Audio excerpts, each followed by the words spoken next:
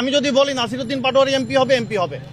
আমি যদি বলি নাসিরউদ্দিন পাটোয়ারি এমপি হবে না, তো জামাত কেন, 11 দল কেন, আরো 14 দল মিলে এমপি হতে পারবে না? এই অঞ্চলে আমার প্রচুর ভোট আছে, আপনার কয়টা ভোট লাগবে?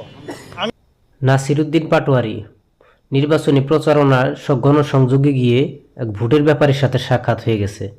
তিনি যেভাবে হ্যাডম দেখালেন এবং যে কথাবার্তা বললেন তাতে মনে হলো নাসিরউদ্দিন পাটোয়ারির ভোটের আর প্রয়োজন নাই, গণসংযোগের প্রয়োজন নাই। তিনি এই ভোটের ব্যাপারীকে নিয়ে ঘুরলেই মনে হয় যে ঢাকা 8 আসনে তার ভোট কমপ্লিট হয়ে যাবে, মানে সকল ভোট তার কাছে, তিনি ভোটের ব্যাপারী। এই সমস্ত ভোটের ব্যাপারীদের কারণেই জনসাধারণ মানে ভোট যে দিবে তাতে বোঝা যায় না, কারণ এই ভোটের ব্যাপারেই তো সব ভোট দিয়ে দিবে, তারা জনগণের মাথাও নিয়ে একাই বিক্রি করে খেয়ে ফেলছেন।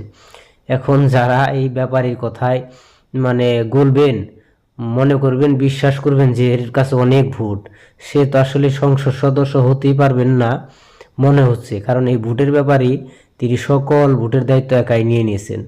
মির্জা আব্বাসের মতন নেতাকেও তিনি ছিল মনে করেন যে তাকেও তিনি পাত্তা দিচ্ছেন না, কারণ তার বাবার যে হ্যাডম আছে, তার বাবার হ্যাডমের উপরে নির্ভর করেই তিনি চলে।